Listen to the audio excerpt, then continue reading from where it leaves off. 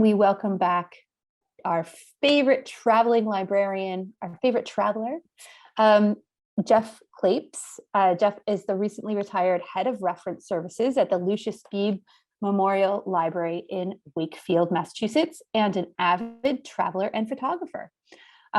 Tonight, he's going to present his talk on Budapest.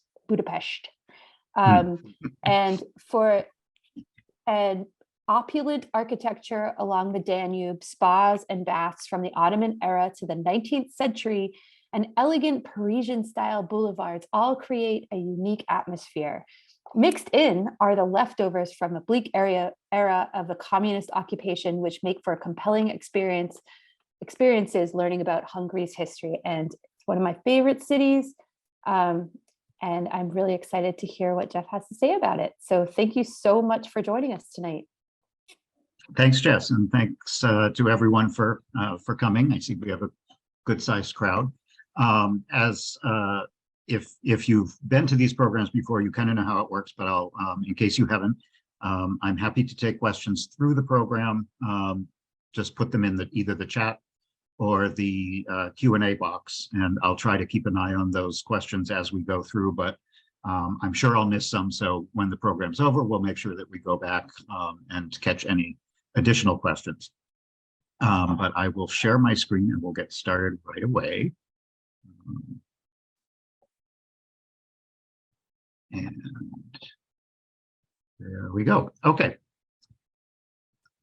So, as I usually do to start the program, I try to kind of put things on the map so you have a rough idea of what the context is of the country that we're talking about. And in this case, Hungary, which Budapest is the capital of it. And I should mention that the pronunciation is always kind of a funny thing because the Hungarian pronunciation for the city is Budapest. And that's because in Hungarian, the letter S is pronounced as our SH. But you will often hear it called Budapest just because international people who don't understand Hungarian, it's just easier to say that. If you hear me pronounce it both ways during the program, don't worry about it. You'll hear that a lot. Anyway, most people who haven't actually traveled there say Budapest, and people who do say Budapest sometimes feel like they're being a little snooty. Anyway, that's my spiel on that. But that's an explanation of why you will hear it pronounced in both ways. The country, and of course it's the capital, has about 10 million people. It's roughly in geography area, it's about the size of Maine, the state of Maine. And it has been a part of the European Union for almost 20 years. 2004 was when they joined. And just a quick reminder of where Hungary fits in the complicated map of Eastern Europe. One of the things that has greatly affected its history over the centuries is that it's in a relatively flat location in between Asia, primarily Russia, Ukraine, and so forth, and also Turkey and Western Europe. So it's like many of the countries in that area, like Poland and the Czech Republic and Ukraine and so forth, it has been a crossroads, both figuratively and literally, for a lot of culture clashes throughout history. The capital itself has about 2 million people, and a little bit more if you count the metro area around it, which is about a fifth of the total population of the country. So it's once you get out of the Budapest area, it's much more rural. And like many countries that have a major capital city and a lot of countryside, it's almost like two different countries. The city is really a unique environment. It's quite old. It was originally a Celtic and Roman settlement. And the Hungarians, the ethnic Hungarians that live there now, didn't really arrive in that area until the 9th century under a dynasty called the Arpads. And they considered that the city was founded in the year 896. And in fact, they have had a number of, at the end of every century, they tend to have a big hoopla celebrating the long history of the city. It was not surprisingly attacked many times by the Mongols coming from the east, but it was also a major Renaissance city. And then it was occupied by the Ottomans. There's a whole bunch of history. I won't bore you with all the details, but I want to give you a rough idea of just how complex this city's history has been. In fact, the Ottoman Turks ruled the city for a full century and a half, starting in the mid-1500s.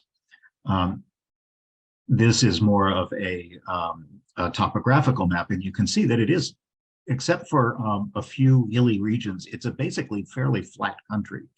The western part of the country, whoops, I didn't turn on my pointer, there we go. The western part of the country over here eventually became part of the Habsburg Empire. And by 1718, the city and most of the rest of the country was absorbed as well. And then for those of you who remember your 19th century European history, there were a number of continent-wide revolutions in 1848, where various places attempted and often failed to achieve independence, and Hungary was one of those. There was a revolution in Hungary at the time, but it didn't get anywhere in terms of independence. And in fact, barely 20 years later, in 1867, that brought the birth of the Austro-Hungarian Empire, which was so important at the end of the 19th and early 20th centuries. In 1873, the important thing that happened for the city itself is that 3 different sections united, and that's where we get the modern city. Actually, Buda is, the reason it's called Buda and Pest is because Buda is the city, the district on the west side of the river, and Pest is the flatter district on the east side of the river. And there's another area called Óbuda. All 3 of those were united into a single municipality in 1873, and that's when the name became Budapest. And you probably remember at least the basics of what happened after that, where the Austro-Hungarian Empire lost in World War I, and Hungary declared its independence after that. But there was a lot of, there were treaties that determined the future of many European countries, and much of Austro-Hungary was partitioned, and in fact lost a significant part of its territory, roughly half, ended up becoming part of what is now the country of Romania next door, including Transylvania.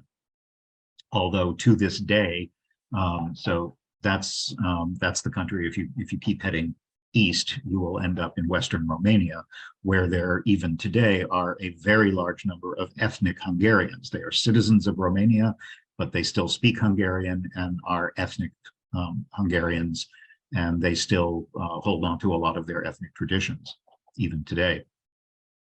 But to dive into what the city actually looks like, this is where we stayed. We had a lovely old pension in a neighborhood in the Buda side, the west side of the river, in a neighborhood of old mansions that was very pretty. It's our room and the view out to the surrounding area. This particular part of town is kind of on a hill called Gellert, and Gellert also gives its name to a very well-known hotel and spa, which is kind of hidden down at the bottom of this photograph at the bottom of the hill. It was named for a bishop, Bishop Gellert, who was killed in the 11th century and gave his name to the area. But one of the highlights of this neighborhood is an incredibly beautiful spa. We're going to talk a lot about that as we go through the program. There are many different baths and spas, which are just a long-standing tradition in Hungarian culture. And you can visit them as a tourist quite easily. And I would certainly encourage you to do that. I'll show you a couple of different kinds because they have very different atmospheres and very different styles. This one was built around the World War I, early 20th century period in a style called the secessionist style, with a lot of Oriental influences. The secession is actually another name for what is more commonly called Art Nouveau, because there was a similar group of artists in Vienna pursuing similar kinds of artistic ideas and similar designs. And it was called the Vienna Secession. And so it's often when you travel in Eastern Europe, you'll see that phrase used a little bit more, whereas in France and Western Europe and Belgium and so forth, it's more commonly called Art Nouveau, but the styles are very, very similar. Along with many other buildings in the city, many of them were damaged, and this spa was damaged as well and rebuilt after the war. And even if you don't actually enjoy the baths, many of these spas are worth at least sticking your head in just to see the gorgeous architecture that's inside. This one just has some incredibly beautiful interiors. With different pools, they often have different temperatures. And it's just an incredibly beautiful place to while away the afternoon. I should point out, and I'll mention this later as well, an interesting thing that we found out when we were there is that in the Hungarian healthcare system, it is not uncommon for doctors to give prescriptions to their patients to go and take cures in the spas. So you might, I can't imagine what it would be like here in Massachusetts to have my doctor say, you know what you could really use? Here's a prescription for 10 visits to the local spa.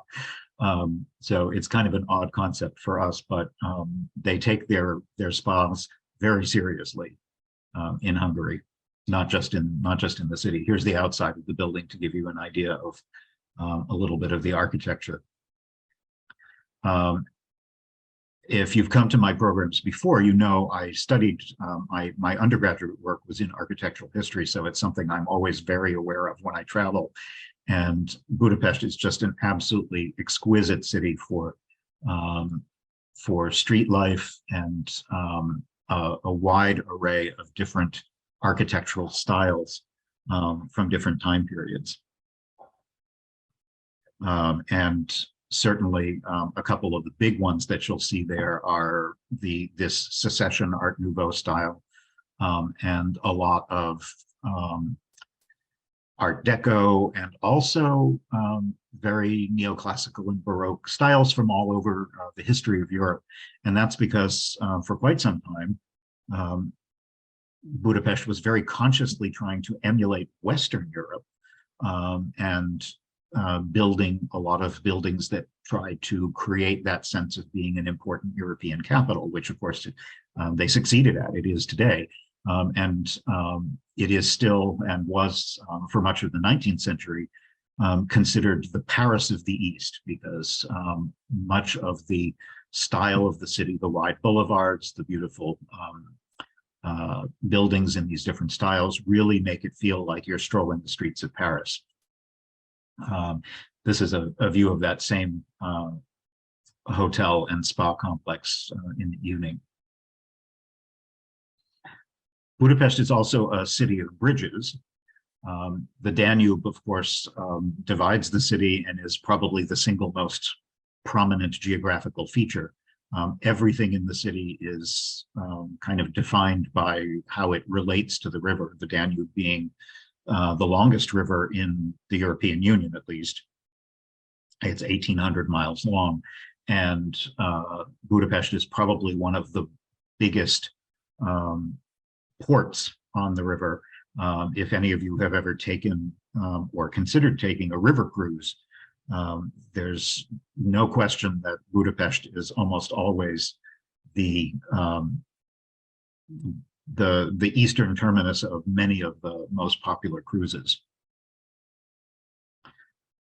And of course, along the riverfront, you'll see a lot of some of the most important public buildings, government buildings, churches, and so forth. We'll look at a lot of those in more detail as we go along.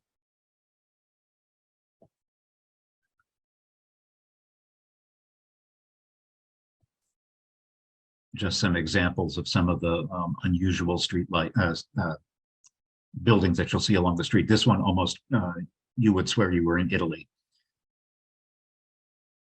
One of the days that we were there, we happened to stumble upon a road race that was going on. And they went over this, the most famous bridge in the city, which is called the FitzHanso Bridge, which was the first permanent bridge over the Danube in the middle of the city. And it was constructed in 1849. And it was commissioned by Count FitzHanso, an important noble at the time, who missed his father's funeral because of the river. He couldn't get across the river. There were boats and temporary bridges and things, but because there were no permanent bridges, that was a big problem for a major port city on a major river in the middle of the Industrial Revolution in the 19th century. So he was the one who commissioned this bridge, and it was designed, as many bridges seem to have been in Europe, designed by a Scotsman. And it is now the most famous bridge in the city, and certainly one of the more beautiful. It was, along with many other bridges, in World War II, it was severely damaged and rebuilt after the war. There's a number of beautiful pavilions along the river. We're going to look at them in more detail a little bit later. But here's one of the major piers of the bridge, and a close-up of the people running along it. It's really quite beautiful, and I'll show you some nighttime pictures as well, because most of the bridges in the city are illuminated at night, and it's a highlight of any visit to the city to stroll along the riverfront in the evening when everything is lit up. As you're crossing the bridge, you can see on both sides, we're going to visit both sides of the river because there are some very important historical parts of the city on each side. The huge building that you're seeing on the hill in the background is called Buda Castle, up on a fairly high hill. And in the background here is the Matthias Church, which we'll also see. And a little bit closer view. We're going to visit that later. But as you cross this bridge, one of the first buildings that you see is also one of the more famous buildings in the city, called the Gresham Palace Hotel, which was built in 1906. It was originally built actually as an office building. It served in World War II for the Red Army from Russia as barracks. Then it became an apartment building. It's had quite a complicated life, but now it is a Four Seasons hotel and incredibly luxurious and in a very convenient location, but it's been completely restored inside and out.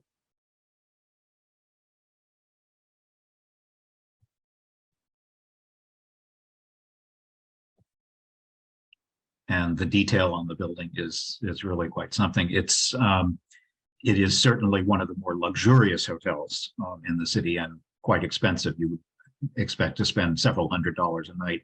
And that is certainly not necessary. Budapest also has plenty of very inexpensive places to stay. So you can be as luxurious or as economical as you choose to be. Moving along the river, here's another building very close to the riverfront called the Ethnographic Museum. And it's interesting in and of itself, but also because it was a runner-up in a competitive design for the Parliament building, which is by far the most famous building. We're going to see that next. The Supreme Court of Hungary was once located in this building.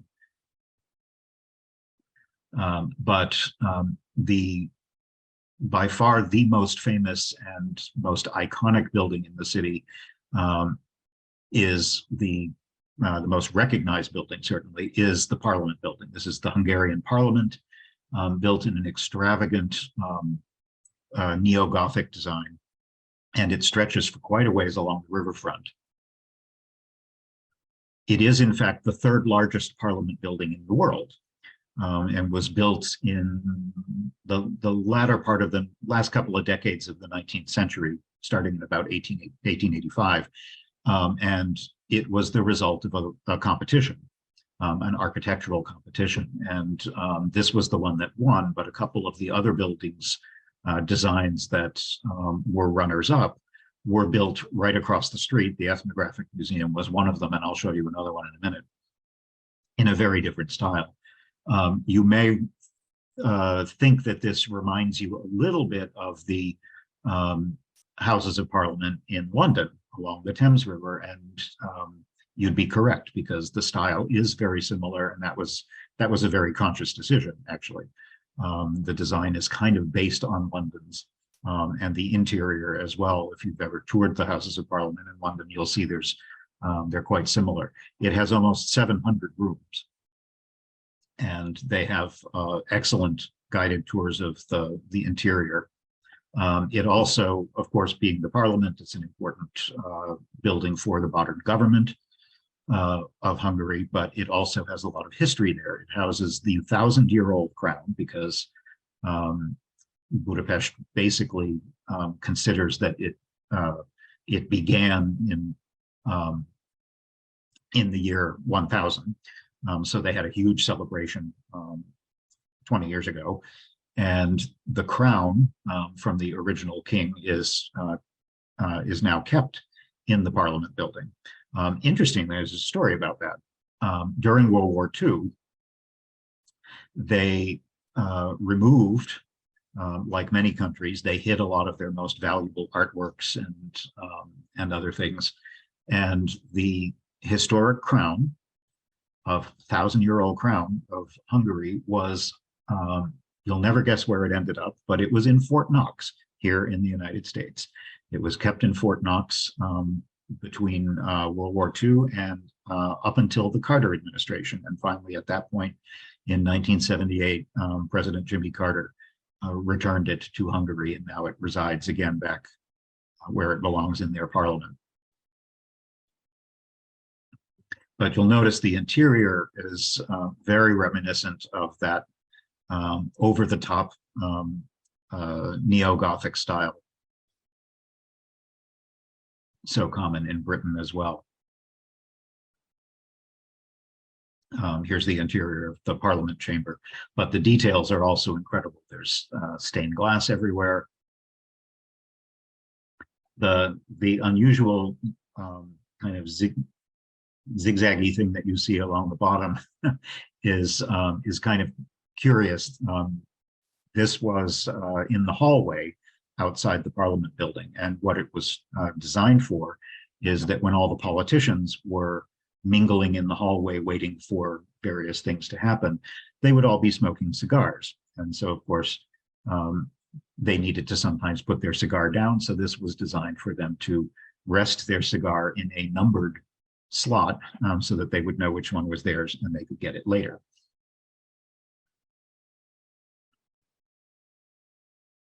The grand entrance hall is also quite impressive. So I think if you do happen to visit the city and are there only for a brief period, like a day or an afternoon on a river cruise, this is probably the one site that you're going to want to make sure you see, because it's the highlight of the city. Even today, it is still the largest building in all of Hungary, believe it or not. But there's so much else to see in the city, and I take you around. Not far from Parliament is a lovely park. And this statue is kind of interesting. I have to tell you a little bit more history about it. This is a statue of a politician called Imre Nagy, and was originally made in 1996 in a square called Martyrs Square. And it was a very beloved statue, but it was moved. Nagy was a hero of the 1956 anti-Soviet uprising after the Soviets invaded. And so there was a little controversy over the years as various governments have moved this statue from one part of the city to the others. He was he was part of the October 1956 uprising against the Soviet invasion, which lasted a very short time because within 2 weeks the Soviets had pretty much put down any kind of opposition, and something around 3,000 Hungarians died. But Nagy, who was a communist at the time, was declared prime minister, but didn't last very long because he was hanged in 1958, just 2 years later, for his role in the uprising. But the square in this area is quite pretty and surrounded again by some very beautiful, beautiful buildings, including the U.S. Embassy. And this monument that you can see here is kind of still controversial today. It's a monument to the Soviet liberation from the Nazis, which of course has some interesting historical overtones, because it's certainly, while it was beneficial to have the Nazis pushed out, it was kind of out of the frying pan into the fire, as we know from later history. There is even a statue of Reagan. He is fairly well regarded for his honor, to honor him for his role in the fall of communism. This was put up in the square in 2011. This building is no longer the post office, but it used to be, and it's a wonderful example of the secessionist or Art Nouveau style. And pretty much everywhere you look, particularly if you look up, you will see the most fantastic architecture from all different time periods. The huge building at the end of this street, this is a pedestrian street actually, is St. Stephen's Roman Catholic Basilica, and it's named in honor of St. Stephen, who was the first king of Hungary. He was born in, I believe, 975, but he served as the first Christian king of the Hungarian nation from the year 1000, when it was supposedly founded, up to 1038 when he died. His right hand is still actually 1,000 years old, is kept in this church in a reliquary. It's a more recent church, obviously, built in the neoclassical style and built in 1905. But it has a very dramatic interior and a lot of exquisite decoration covered with gold. And it has a nice pedestrian plaza around it now, which is much preferable to what was there before. Originally, this was a giant parking lot, and they put the parking lot underneath and now have turned it into a beautiful cathedral plaza. As we go through, you're going to see a lot of just architectural shots like this, because I want to give you just a sampling of the variety of beautiful buildings that you will see if you stroll the streets, and ordinary street life, daily life as well. This one, in fact, reminded me very much, if you've traveled in Italy, this could be an Italian Renaissance palace that you might see in Florence, for example. And then these are very good examples of ceramic tile, which was a very popular thing during the arts and crafts movement and the Art Nouveau movement as well, not just inside, but also on the outsides of buildings.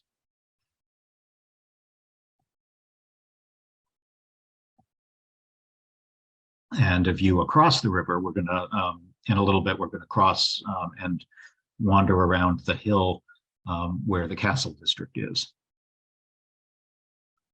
Another of the most beautiful bridges in the city is called the Margaret Bridge, which was built in the 1870s by a French designer.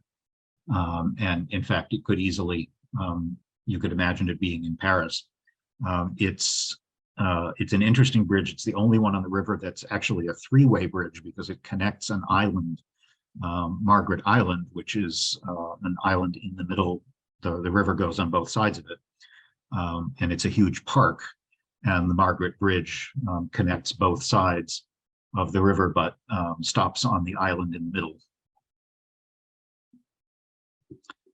Here's the elaborate main train station, which is not too far from there. Another of the more incredible Art Nouveau buildings. I'm trying to keep an eye on the questions. I should, let's see if there are any I can answer. What time of the year was I there? This trip was in the fall, so sort of mid to late September, which is actually a very good time to travel in Europe in general, and definitely here, because there's not quite as many tourists. The weather is still generally pleasant and the temperatures are comfortable and the prices come down a little bit. Is Budapest wheelchair accessible? A lot of European cities aren't. I don't think I could answer that very accurately because it's not an issue I'm terribly worried about when I travel, but I know it's important to a lot of people, not just who may be in wheelchairs, but who have mobility issues of all different kinds. There is a lot of climbing and walking in Budapest, and there's a lot of cobbled streets. So I think if you are a traveler who has to is worried about your knees or does have a wheelchair or any other kinds of mobility problems, I would definitely make a point to investigate some good guidebooks that will often talk about how accessible things are for disabled travelers. But in general, a lot of Eastern European cities are nowhere near as advanced in those kinds of accommodations as in the United States, that's for sure. Are there Buddhists in Budapest? I don't know. I imagine there might be a few. The names have nothing to do with each other, but there might be, but I would imagine they are very much in the minority. There is a Jewish population. I'm going to talk about that later because one of the things we're going to see very soon is the major synagogue, which is another major site to see. So I'll talk about that in more detail in a minute. The colored roof tiles on a lot of these buildings, the churches, and particularly the Art Nouveau buildings, yes, they are original. I wouldn't doubt that many of them have been restored because of damage during the war, but those particular kinds of styles are very common to Art Nouveau and Secessionist style architecture. So yeah, they would have been original to the buildings. And safety, Budapest is generally a pretty safe city, certainly as safe as any other European capital, and safer in many ways than many places you might travel in the United States. Walking around at night, as long as you are following basic common sense, like don't walk alone at night in a dark park, and that kind of thing. There's a lot of nightlife, a lot of street life, so it would be unlikely that unless you were out at 2 in the morning, there's going to be lots and lots of people walking the streets and lots of shops and restaurants open. Street crime, other than just being aware of pickpocketing and things like that in crowds, there's not too much in the way of violent crime against tourists. So no, I think you could, I would say that Budapest is definitely a generally safe city for tourists, and English is widely spoken for the simple reason that nobody speaks Hungarian except the Hungarians. So it's a difficult language to learn, and given how cosmopolitan the city is and how many international tourists are there, English is very widely spoken. Certainly in any hotel, restaurant, tourist site, you're going to have no trouble getting by with English, although, as I always say, it's worth it to learn a few basic phrases just to be polite, and try to bridge the gap and learn how to say please and thank you and good morning, so forth. But Hungarian's a pretty difficult language, so you may not get much beyond that.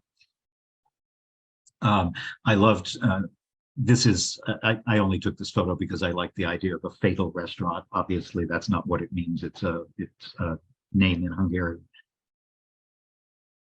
And just some more amazing details of some of the buildings. This is the Liberty Bridge, another one of the many bridges across the Danube, built in the 1890s. And if you're interested in bridges and interested in the construction and the engineering aspect of all that, this bridge actually has, in one of the buildings at the end of the bridge, they have a little museum that talks about the history of the bridges in the city over the river, which is kind of interesting if you like that. And not far from there is this really weird looking building, which is an old warehouse building that was built along the river for shipping and transport of loading of goods onto ships and so forth. But the elaborate glass and steel structure over it is a more recent addition, and it was turned into an art center and shopping arcade. So it's just kind of an interesting modern thing along the river.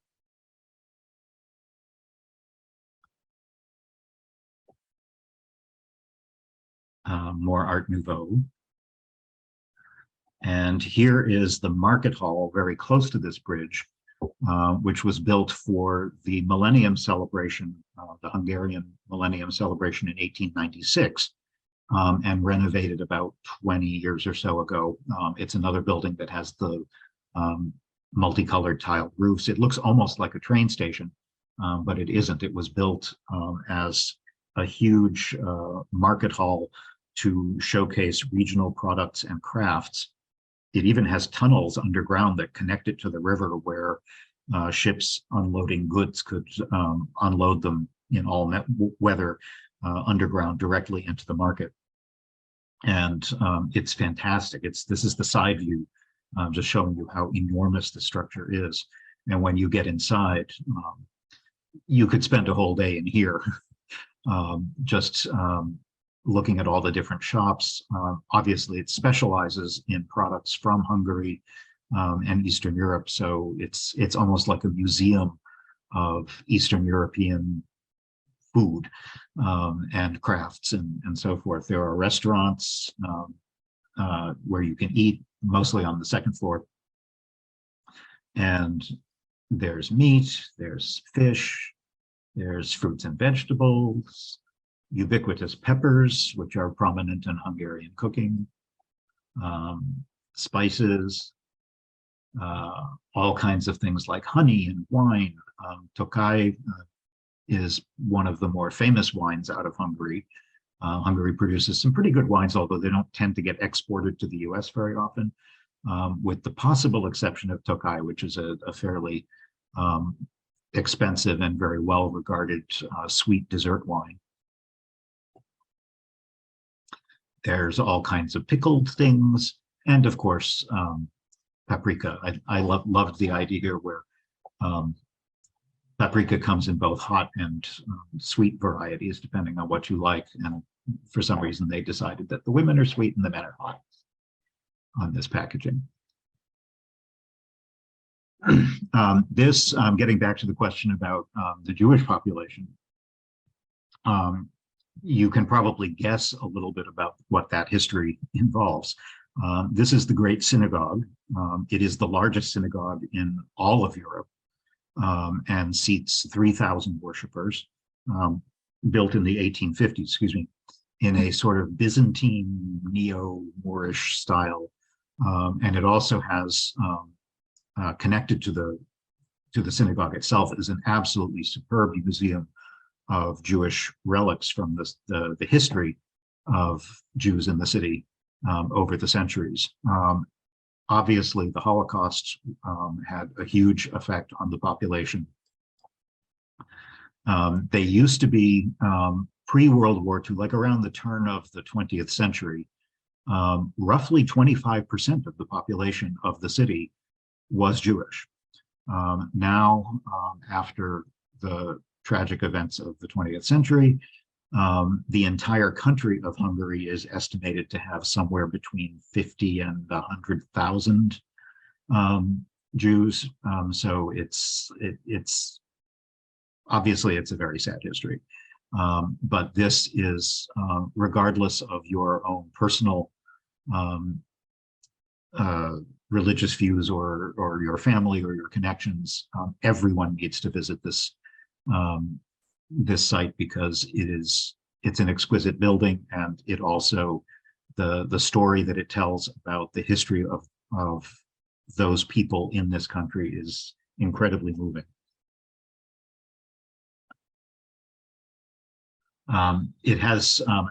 There are two towers, which is kind of interesting for a synagogue. It's not normally what you would see in synagogue construction, but in some ways it helps to make it resemble a Christian church a little bit.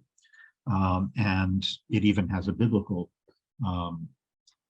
origin, because some of the biblical descriptions of Solomon's temple refer to it having had two towers. So that's some of why the design is the way it is.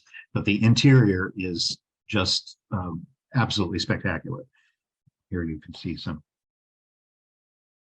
of the incredible details. And again, because of the time period that it was built, a lot of the interior decoration is typical of that period of the late 19th century and early 20th century.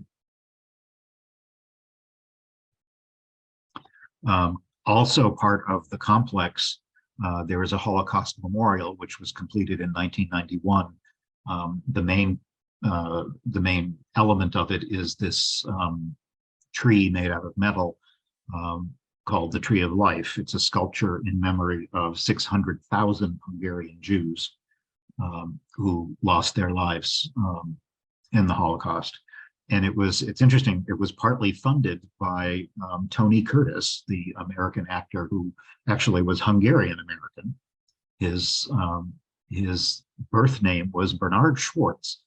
I don't know whether he would have ended up being as famous and popular if he had kept his name, but the fact that he did do so well as Tony Curtis, he donated a significant amount of money back to his home country, his ancestral country, to help build this monument. And each of these, the tree looks like a willow tree with all these very slender little metal leaves, and each one of those leaves represents a particular person, and names are inscribed on them. It's an unbelievably moving experience to be there.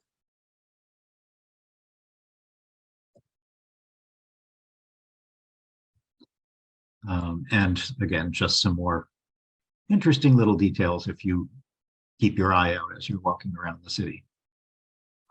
But I do want to take you across the river now. This is looking down over the chain bridge, the main bridge that I mentioned earlier, over the Gresham Palace Hotel and off to St. Stephen's Basilica off in the distance.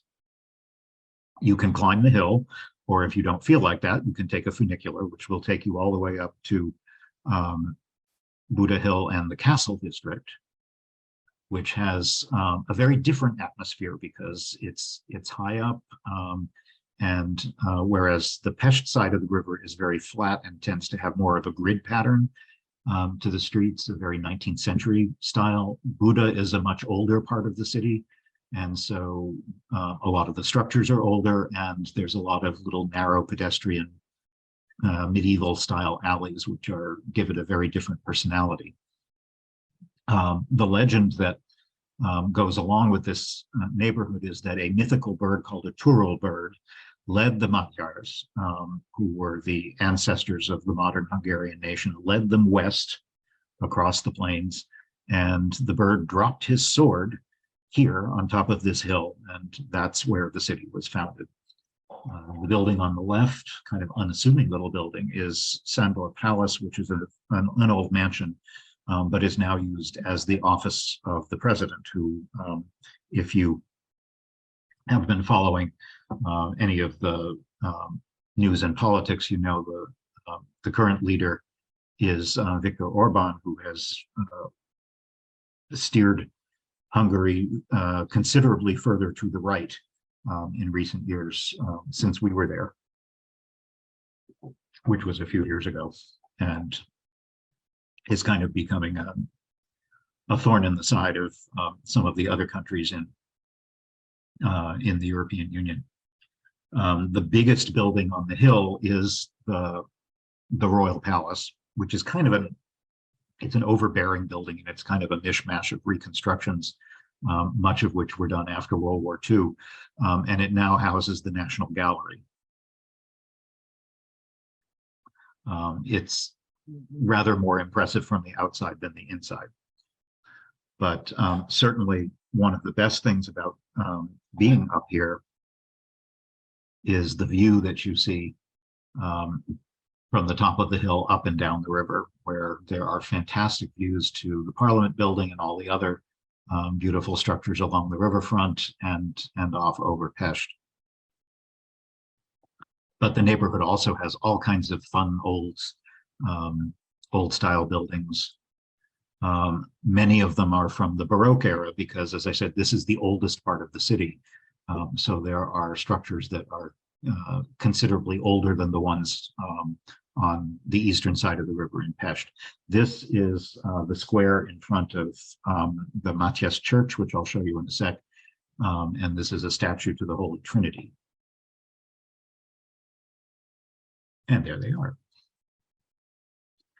The Matthias Church is, it is not the biggest church in the city, but it is certainly one of the most beautiful and one of the most historic.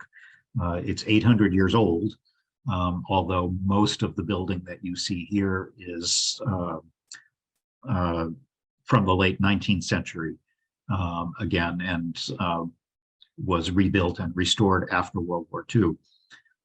You'll see a lot of crows on the building. If I can find one here, oh, there's one. And that's because a popular Renaissance king, Matthias Corvinus, after whose name is associated with the church, his symbol was the crow, Corvinus being Latin for crow. So you will see a lot of that kind of symbolism anytime there's anything having to do, there's one. There's anything having to do with Matthias. Another excellent example of Eastern European church roofs.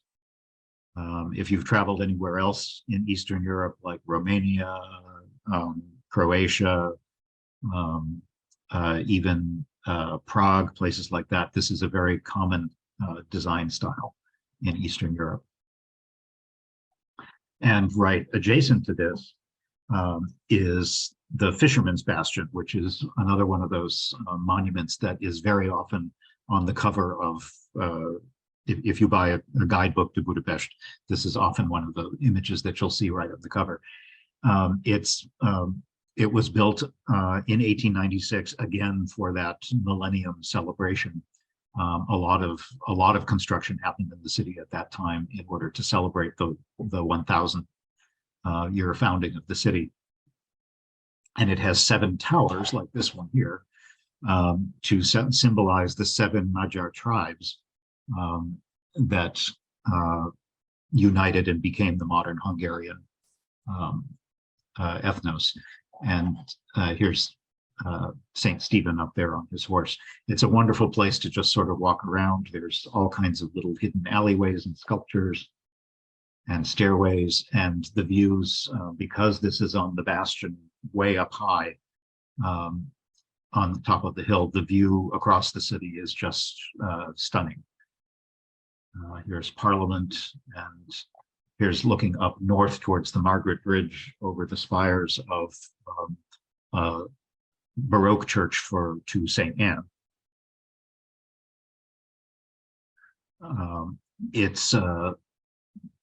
You may wonder why it's called the Fisherman's Bastion, because it's several hundred feet up above the river, where you wouldn't expect fishermen to be. But the original reason for the name is that supposedly this part of the medieval castle fortress and the protective walls was supposedly under the protection and funding of the Fishermen's Guild. Back in those days, different guilds, the guilds of fishermen, guilds of builders, guilds of goldsmiths, guilds of whatever. And it was the Fishermen's Guild that supposedly was responsible for this particular section of wall where the bastion has now been constructed. Here's St. Stephen. And as a reminder, he was the first king of Hungary, the first Christian king of the modern, I shouldn't say modern, but the first king of the nation of Hungary as it identified itself as a nation. And he was king for almost 40 years, starting in the year 1000.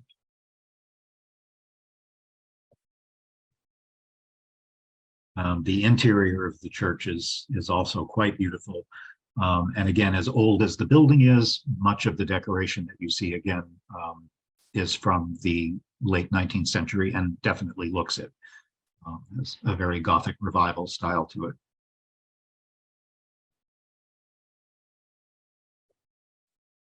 And they do have, these are not the originals because those are in Parliament, but these are replicas of the royal crown and scepter and crown jewels.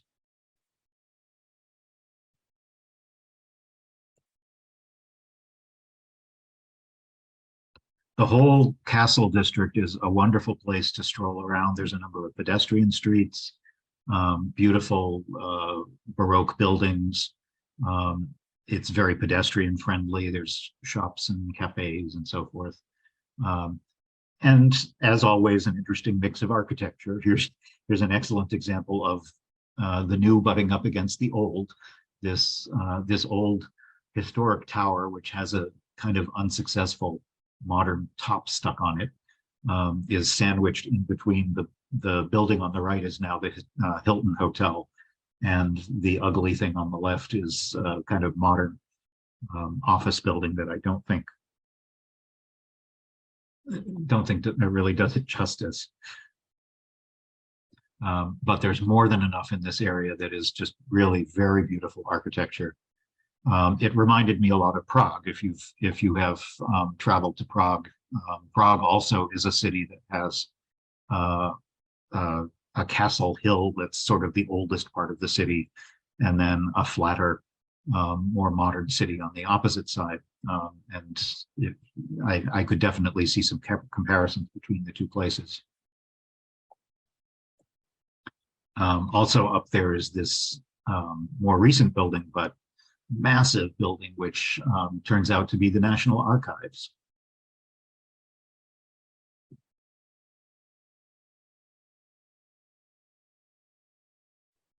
The riverfront in the afternoon is also very beautiful because there's just the light hits the buildings. And it's very, very pretty. And as I mentioned earlier, do make sure you spend some time wandering around at night because the buildings are lit up in spectacular fashion. And it's a pretty walkable city. It's a big city and it's a sprawling city, but much of what we're seeing right now is in a relatively small stretch of the central part of the city along the riverfront.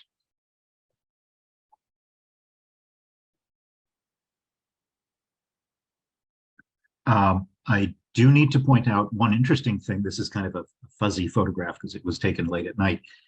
This is an important also a World War II monument, and it was installed in 2005. These are shoes, replicas of shoes made out of bronze, and they are a memorial along the riverfront to the 3,500 people, about a quarter of whom were Jews, who were shot and dumped in the river in 1944 and 1945. Their bodies, they were simply,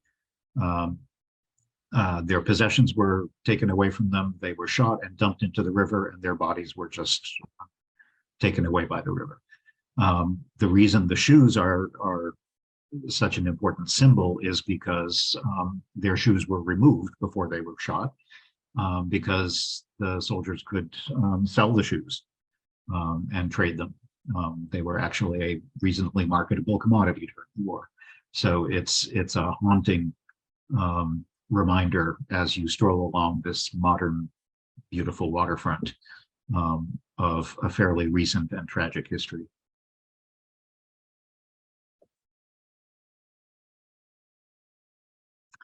I do need to talk again about baths. I think I saw a question go by about thermal baths. And yes, I did go to thermal baths. I went to a couple of different ones. And I would urge you to do at least one. But there are many different ones to choose from, and they have different styles.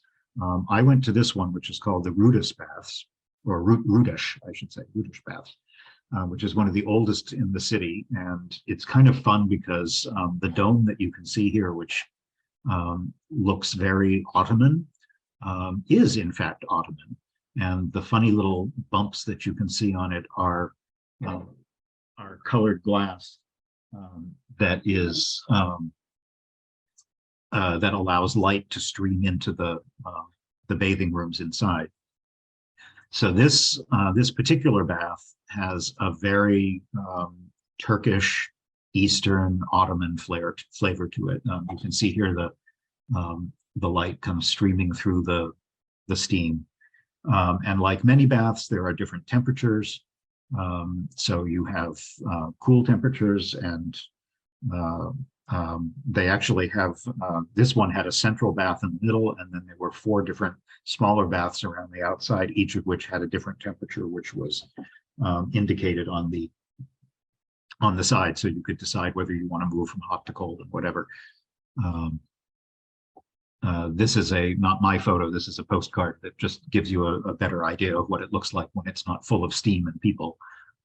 But it is very old and historic. It is the oldest bath in the city, so it's a unique experience that is very different from some of the other baths that I'm going to show you a little bit later on.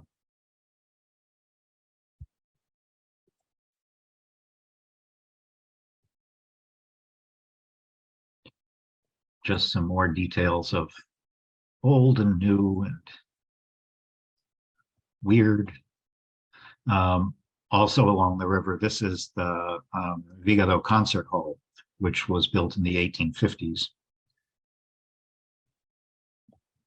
And has some beautiful both interior and exteriors.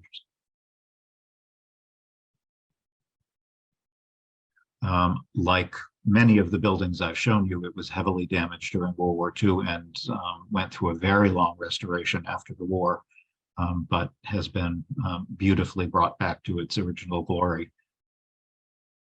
And close by is this funny little statue that you might think is incredibly important, and it isn't really. It's from the 1970s, and it was done by a Hungarian artist simply to represent his daughter, who liked to dress up as a little princess. So he did this statue, gave it to the city, and it has become like the Little Mermaid and Mannequin Pis and various other statues in cities in Europe. It's become a beloved favorite, even though it isn't terribly historic, but it's cute and has become a symbol of the city.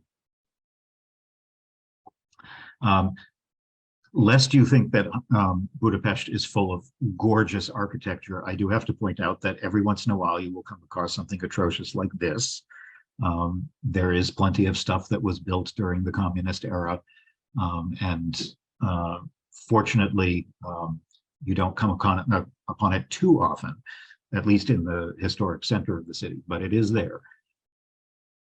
But you're actually much more likely to see things like this.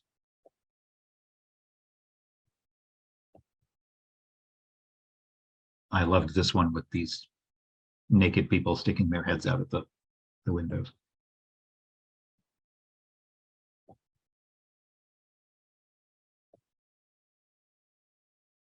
I'm going to take you just quickly to a day trip, or even a half day trip. It's not very far out of the city. You can go on your own, or you can take an organized tour if you wish. It's something called Memento Park, which is about, it's only a few miles southwest of the city. And you could easily go for just a couple hours. It's an interesting place just because it brings together a lot of the communist and socialist realist era art that was formerly all over the city and all over the country into one place. Not so much to revere it and commemorate it as to think about it from a historical perspective. The biggest element in the park is this one, which is a recreation of Stalin's grandstand in Heroes Square, which we'll see towards the end of the program. And in 1956, during the anti-Soviet uprising, the huge statue of Stalin was actually cut off at the knees. And this is a replica of it here. But there's a variety of genuine statues and sculptures and monuments collected from the communist era that have been put into this huge park.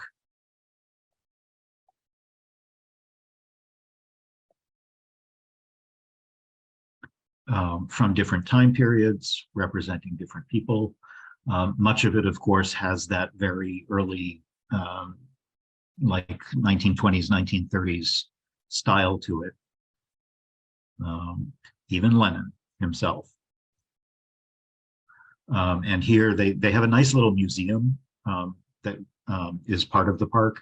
And this is just to give you an idea of what that grandstand was actually all about, and the scale of it. When it originally stood in the Heroes Square, you can see just how enormous the statue and the grandstand that it stood on is compared to human scale.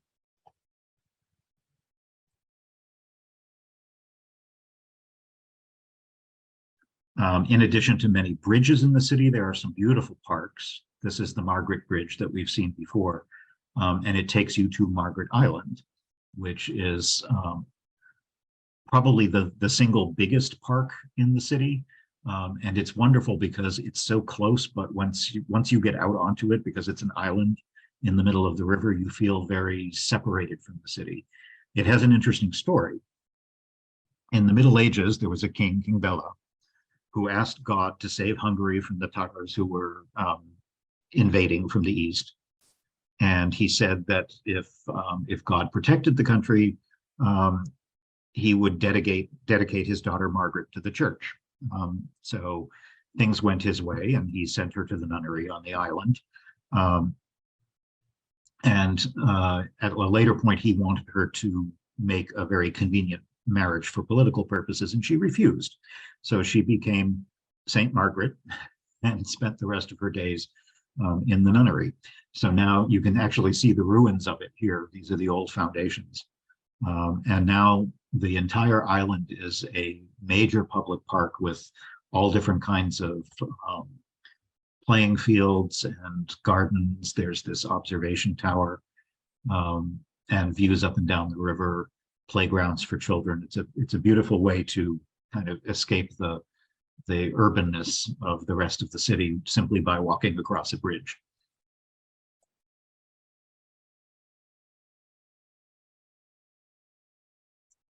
Here's another bridge, the Elizabeth Bridge, which is named after a queen from Austro-Hungary. It's not one of the nicest bridges in the city. It was built around 1900 and used to be fancier, but again, it was destroyed in the war. So what you see here is virtually a complete rebuilding of the bridge along the original design, but it's a little bit more stripped down. So this one didn't get finished until the 1960s. And right across from that, if you cross that bridge, you can climb Gellert Hill, where we started. That's where our guest house was located, to a place called a park where there's this enormous statue called the Liberty Statue, where there is a beautiful park and again, spectacular views. You're a little bit further down. This is, you can see Castle Hill and the Fisherman's Bastion just a little way down the river. So this is a nice area that's just a little bit off to the side that gives you a view not only of that, but the whole sweep of the Danube as it goes up, heads up north.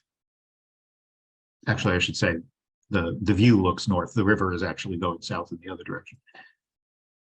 And there are some wonderful views across Pest as well, where you can see any city worth its salt seems to need to have a giant Ferris wheel these days, and the St. Stephen's Basilica.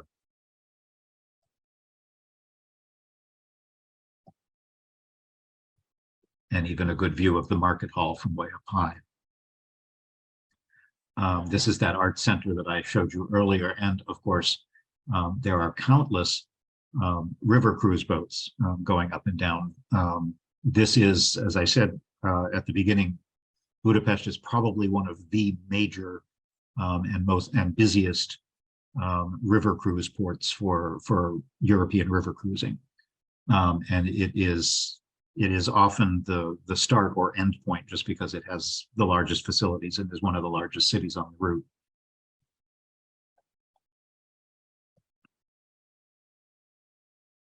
This is looking south. You can see the Gellert Spa, which was the very first thing we looked at the beginning of the presentation. And more cruise boats. And just beyond Gellert is the enormous Budapest University of Technology and Economics.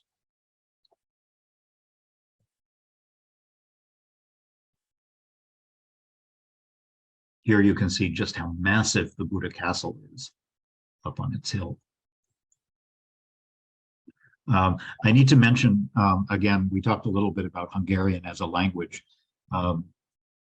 Hungarian is a language that does not have very many close relatives among other European languages. So it's not like if you know some French or if you know some German, you can pick it up. It really is quite different. This one is this sign in a park. Simply, I had to look this up. It simply says, "We welcome our guests to the park." But as I said, you really don't need to know Hungarian in order to enjoy the city.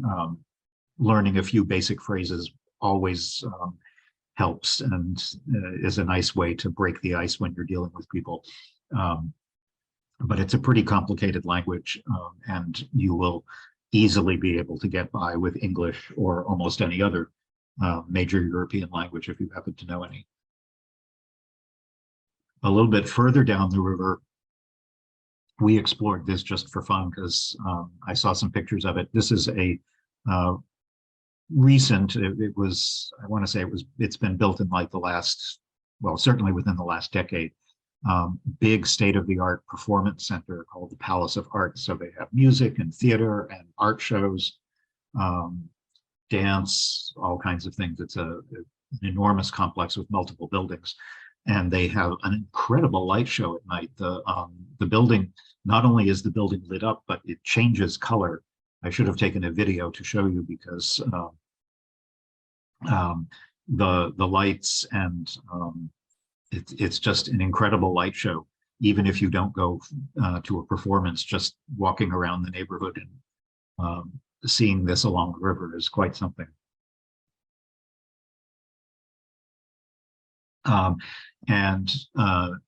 Heading towards the end of our program, I'm going to take you down one of the major streets of the city, and we'll end up in Heroes Park, or Hero Square, I should say, and the major city park and another of the major spas.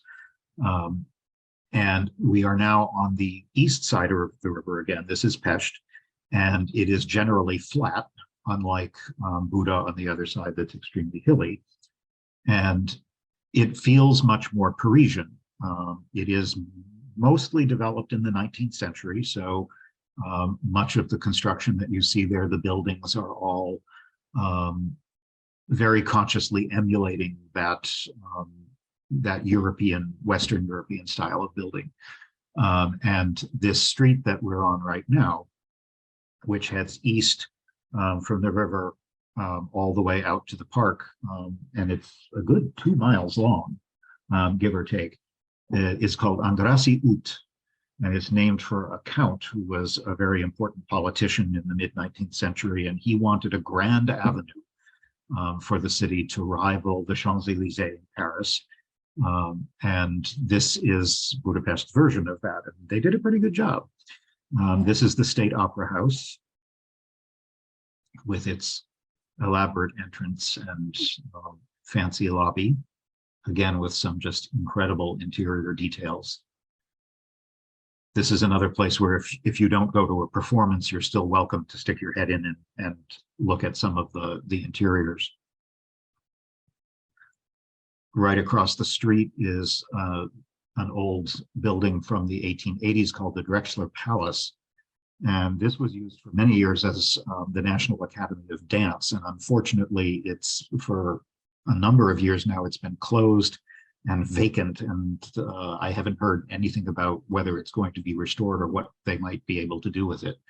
But it's still pretty impressive just from the outside. And something that's fun to do if you're in this neighborhood is to take the historic subway line, which it follows a straight line right under Andrassy for the 2 miles that it goes all the way to the park. It was actually the first on the continent. That's not counting the British Isles, but in continental Europe, this was actually the first underground subway. And it started in 1896, and it was built to get people to the Heroes Park. Again, remember, 1896 was a very important year because it was the millennial, part of the millennial celebration. So all kinds of construction and things were going on. So there's an enormous park, which we'll see in a sec. And this was the way that they built this new very snazzy new transport system to get people to that park. The original system actually used horse-drawn carriages underground. And what kind of makes it fun is that it still operates as a part of the Budapest metro system, but it's incredibly shallow. This was a brand new street, so they weren't building tunnels in an existing part of the city that had already been developed. So you only really go down a short flight of steps, not much longer than one you might have in your house, and you're underground, and there's the subway. They no longer use horse-drawn carriages, as you can imagine, but they do have the old cars, which are a lot of fun, and the old subway tile. And it operates as any other line on the metro system. So it's a lot of fun to try. And I would encourage you also, the easiest way to get around the city is by far is public transport. There's no need to rent a car in Budapest. There are excellent bus services and excellent metro services. This is one of the modern metro stations. You can see this is obviously very different and much deeper to give you an idea of just how far down below ground the modern system is. But walking Andrassy is also very pleasant because it is, again, it's trying to feel Parisian.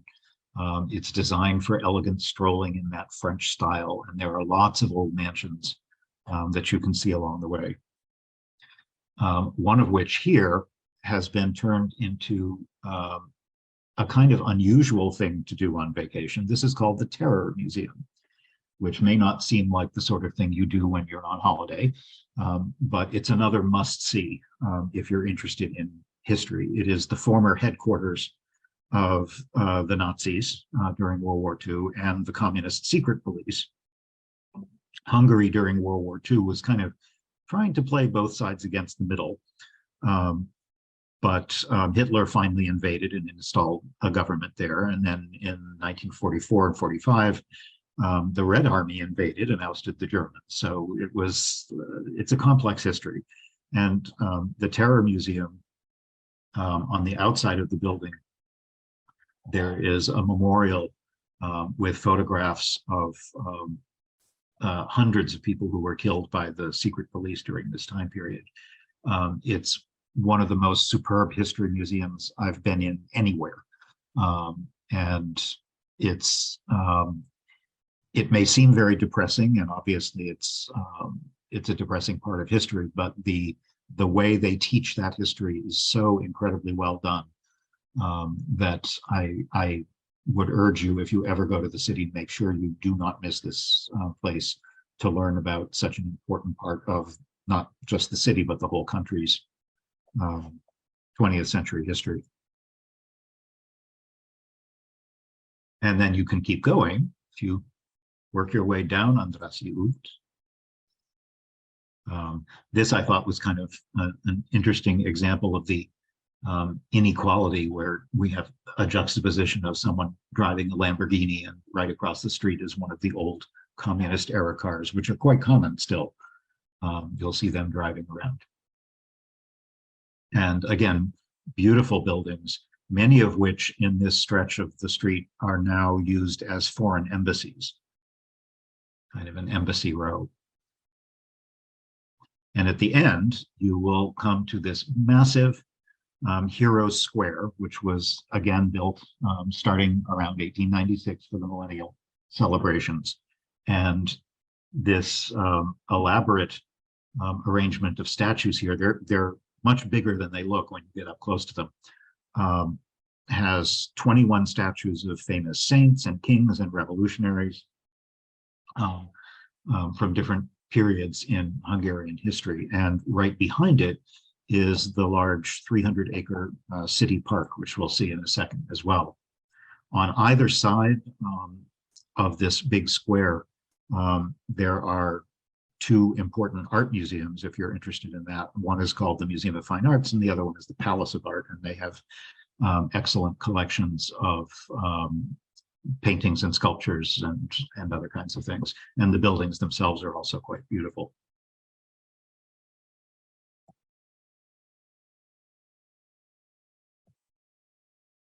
But it's almost an outdoor museum of Hungary's most well-regarded and famous people throughout its history.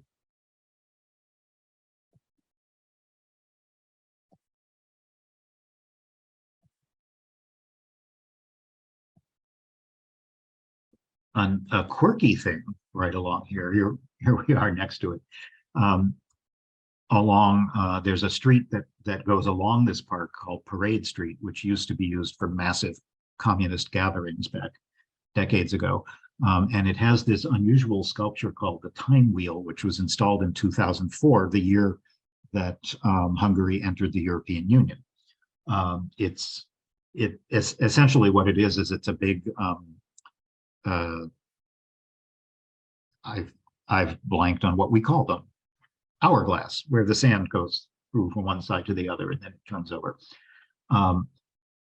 The big joke, of course, is that it doesn't work anymore. So it's considered kind of symbolic that it was designed for Hungary's entry into the European Union, but it doesn't actually do anything.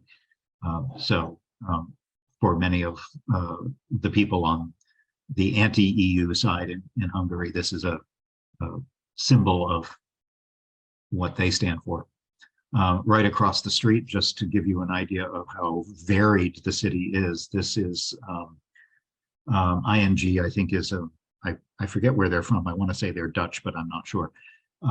It's a big financial services company in Europe, but this building could not be more different from the art museums, classical art museums that are right across the street. And another important monument in this stretch is a monument to the 1956 uprising, and it was installed for the 50th anniversary of that when they rose up against the Soviet invasion.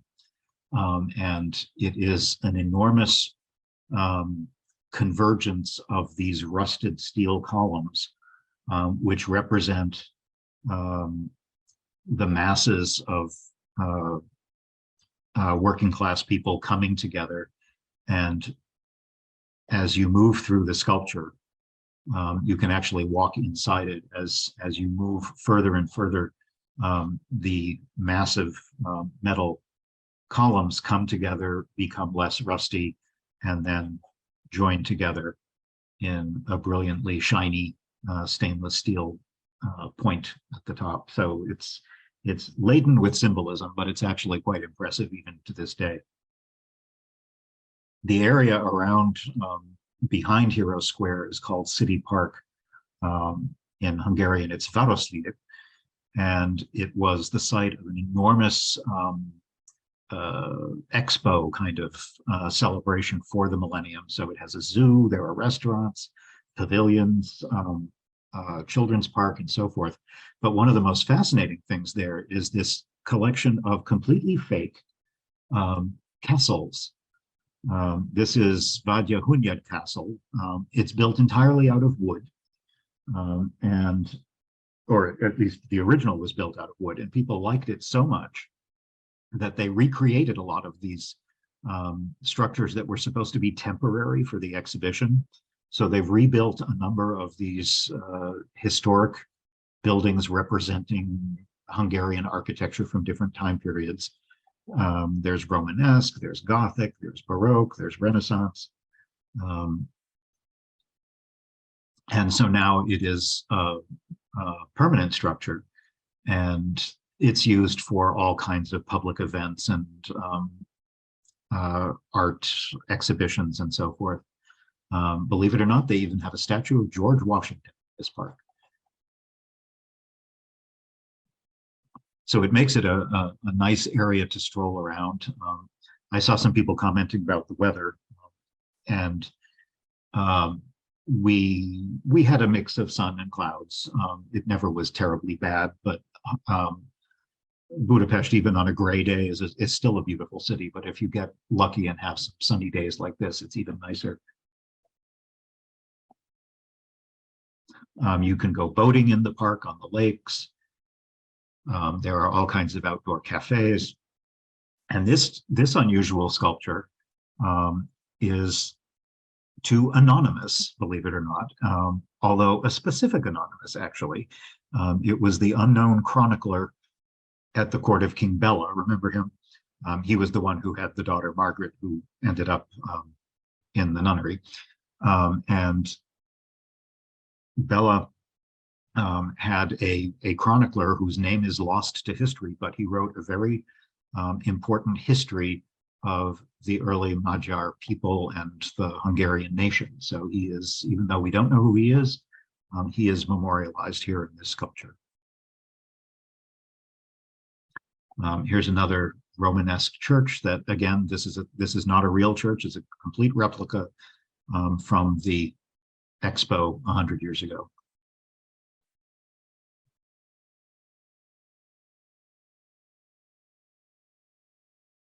And I'm going to end the program at another of the bathhouses, which is certainly the most famous and completely different from the one I showed you earlier. This is Széchenyi Baths. It's the largest in Europe, and was built right before World War I in 1913 in a very neo-Baroque style, and is on the edge of this big city park. It was named after a very important 19th century statesman and politician named István Széchenyi. And this is the other side. The buildings are absolutely extravagant, particularly the part that's all painted in this lemon yellow color.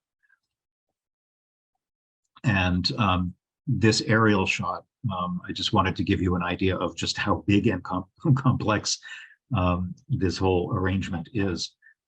This is the park entrance, and then this is the street entrance. There are outdoor pools, huge outdoor pools, which are all at different temperatures. And then inside the building, there are a whole series of different, there are saunas at different temperatures. There are bathing pools, massage services, you name it. And here's the main lobby where you go in. The details of the building is just, it's just gorgeous. As I mentioned earlier, Hungarians go here regularly, often on the advice of their doctor. But it's a very social thing, as well as just an enjoyable thing. The baths do have minerals in them. They don't smell of sulfur exactly, but they do have a number of other kinds of minerals, and the temperatures are all over the place depending on what happens to appeal to you. You can be indoors or outdoors, and you can spend the whole day there if you feel like it. It is, if you're visiting and don't happen to have a swimsuit and towels and all of that, that's not a problem. I believe I checked the prices this week just out of curiosity, and I think the Széchenyi baths, if you just spend, the afternoon enjoying the pools and the indoor saunas, it's about 20 euros or so, so it's certainly not expensive. And you can rent bathing caps and towels and lockers for your belongings and so forth, if you don't happen to have them with you when you travel there. I think if I were to pick only one spa or bath to go to, I think I would go to this one, just because it's huge, it has so much variety, and it is clearly one of the most popular places for the locals to go. It's full of ordinary city dwellers who are just there enjoying an incredibly they're just so lucky to have this as an amenity. You'll see people like this playing cards, playing backgammon, reading in the water. There are lockers where you can store your belongings, and dressing rooms where you can get changed. Here's the local crowd playing chess. And the buildings alone are worth it. The surroundings are just incredible.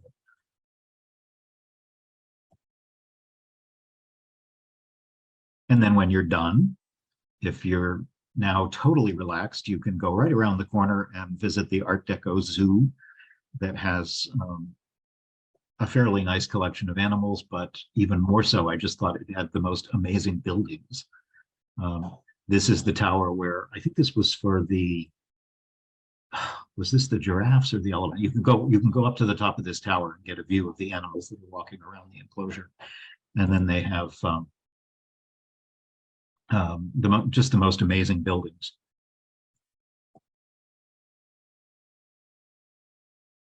And then when you're done, go out for dinner. I saw a few questions go by about the food. Hungary or Budapest being such a cosmopolitan city, you will find all kinds of restaurants for any imaginable ethnic food that you might want. But Hungarian food is delicious. It is very, you'll find a lot of food made from local ingredients. You'll find, it tends to be very, what you might imagine your Eastern European food being. There's a lot of meat and vegetable kind of stuff, potatoes, and sour cream, and paprika is often used, but Hungarian food is quite diverse.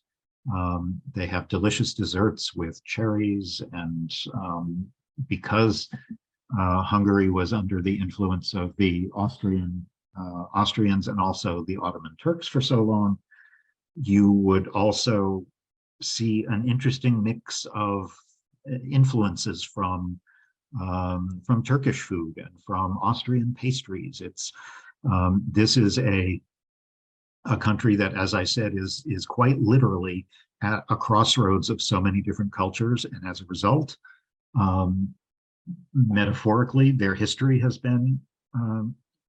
served as a crossroads, and their culture and their cuisine and their architecture is all like that too. They have taken little bits and pieces from all of the different peoples who have passed through, and some who have stayed.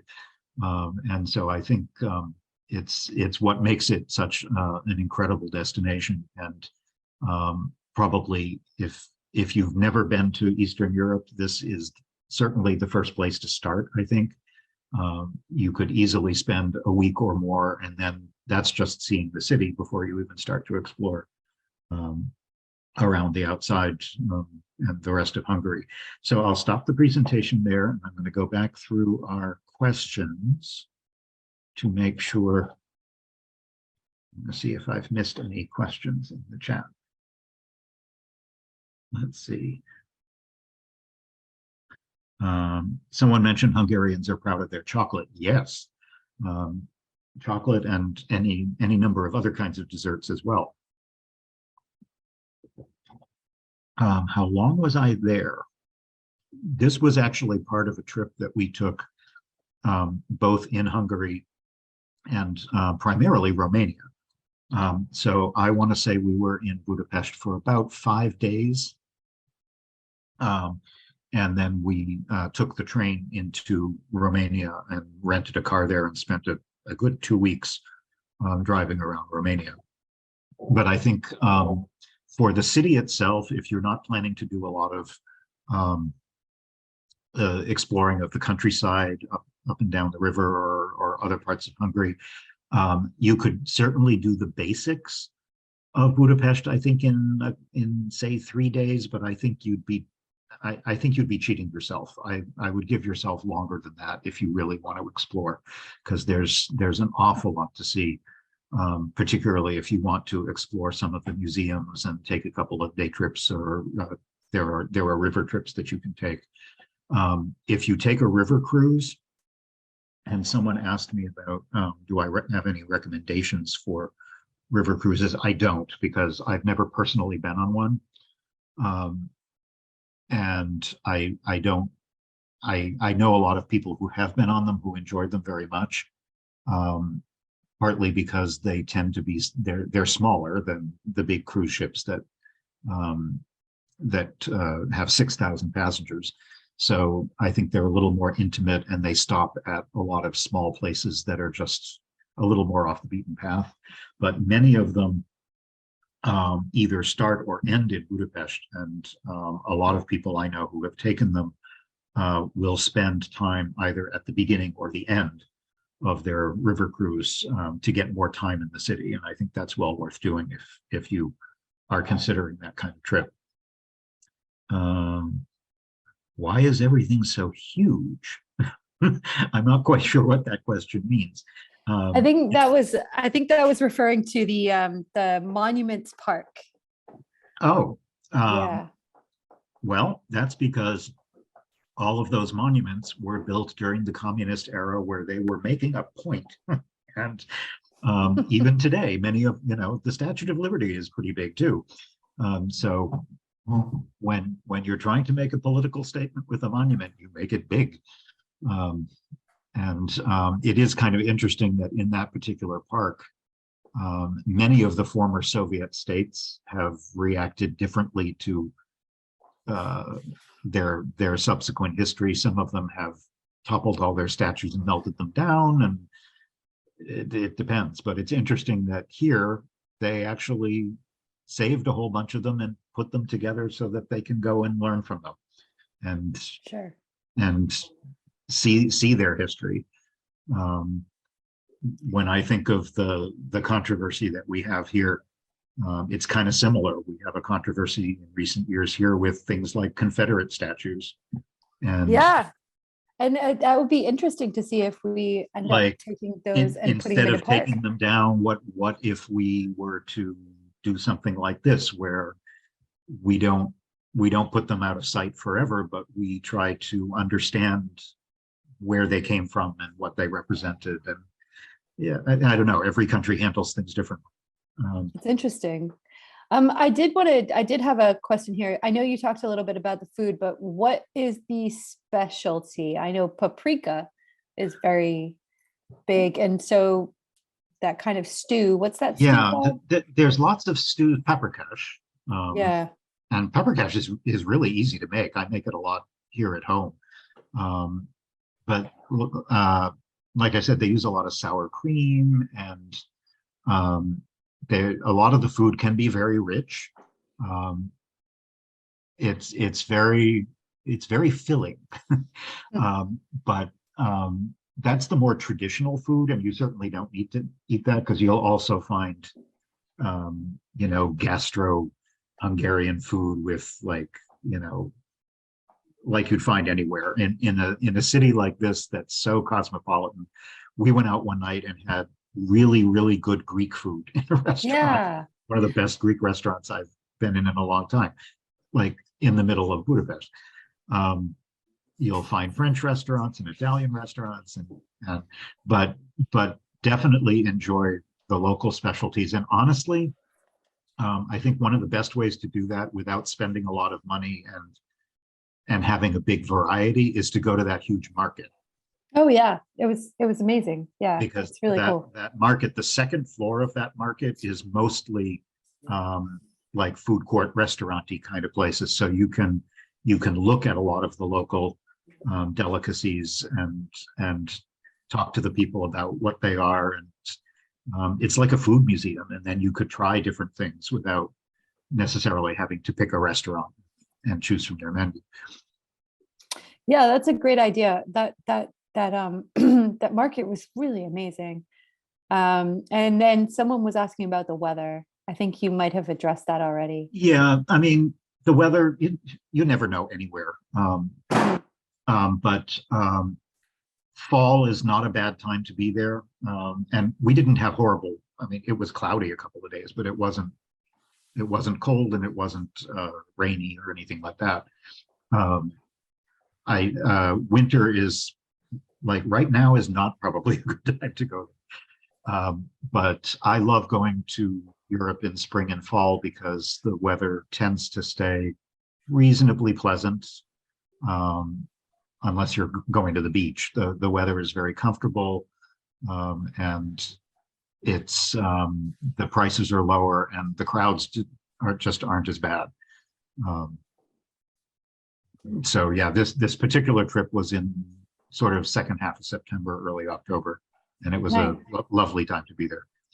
And then I think a couple of people have asked about how you plan your trips. Do you use a travel agent, or do you just use your own research and friends or something like that? I do my own, and I do a lot of stuff on the internet. I still do read a lot of good old-fashioned guidebooks. They're getting fewer and farther between. A lot of the big publishers that people remember are have either gone out of business or are really cutting back their print publications. But there's still a lot of good ones out there. And even if you're I use them a lot just to get the lay of the land and find out, you know, what do I want to see? What are the best neighborhoods to hang out in? You know, that kind of thing. And for hotels, I use Airbnb, I use booking.com, I use hotels.com. One of the advantages of the internet is that you can, and things like Google Earth, you can actually see exactly where that hotel is. Yeah. So even though it has beautiful pictures on its website, you can see, oh yeah, but there's a gas station right across the street. And you have, if you're willing to do that kind of work, you have a lot more information at your fingertips than you used to. Right? Yeah, no, however, I mean, it seems like if you're really interested in having like a package deal, then some of those places like Viking Cruises or even Road Scholar. I know one of your I know a lot of presenters people who've had- done Road Scholars. who or what's the other one? The Circle, it's got Circle in the title. I know the one you mean. But your attendee who had asked about wheelchair access, I think they think a lot about those kinds of accessibility. I Grand think it Circle, really, that's what it is. Yeah. yes, I think it really depends on what kind of a traveler you are and what things are important to you. I tend to travel independently. That's just me. Yeah. I hate tours, not because they're bad, but because I'm a control freak and I want to go where I want, when I want, and all that kind of stuff. But for other types of travelers, it's perfect. You don't have to think about dealing with your own stuff. You have somebody to take care of things. And I know a lot of people who've taken river cruises and Rick Steve tours and things like that, and they were marvelous because they were exactly what that traveler needed. Right. And so I think you just have to kind of be honest with yourself about what matters to you. What are you comfortable with? Are you okay driving in a foreign country or not? Or, ask yourself those kinds of questions, and then that'll help you decide what's the right way to see a place. Well, this was awesome. Thank you so much, Jeff. We really appreciate it. Oh, goulash. I guess goulash is Goulash, yes. Yeah, Goulash, that's one of the goulash is not really a recipe. Goulash is the Hungarian word for stew. So yeah, right. it's basically you'll find 100 different goulash recipes depending on where you go, but it's very hearty peasant food and it's delicious. I will again put and borscht. Somebody mentioned borscht. I forgot about that. Yeah. I will put my email. Everyone. Wonderful. And there are just so many accolades, Jeff, for your presentation tonight. Thank you so much. And I just threw my email in the chat. If anyone has any other questions or specific questions, I'll do my best to answer them. Feel free to email me. Fantastic. I will share that with the recording tomorrow. And I will also pick out some of any references that anyone made during the chat tomorrow as well. And I thank you so much for another great trip, Jeff. And I hope we can have you again soon. Have a great trip to Me too. Yes, Italy. I'm leaving for Italy tomorrow, so I'll have a presentation for that sometime in the next couple of months, and maybe I'll be able to share that with you guys. So thanks for having me, and thanks for joining. Fantastic. Bye, everyone. Good night. Bye.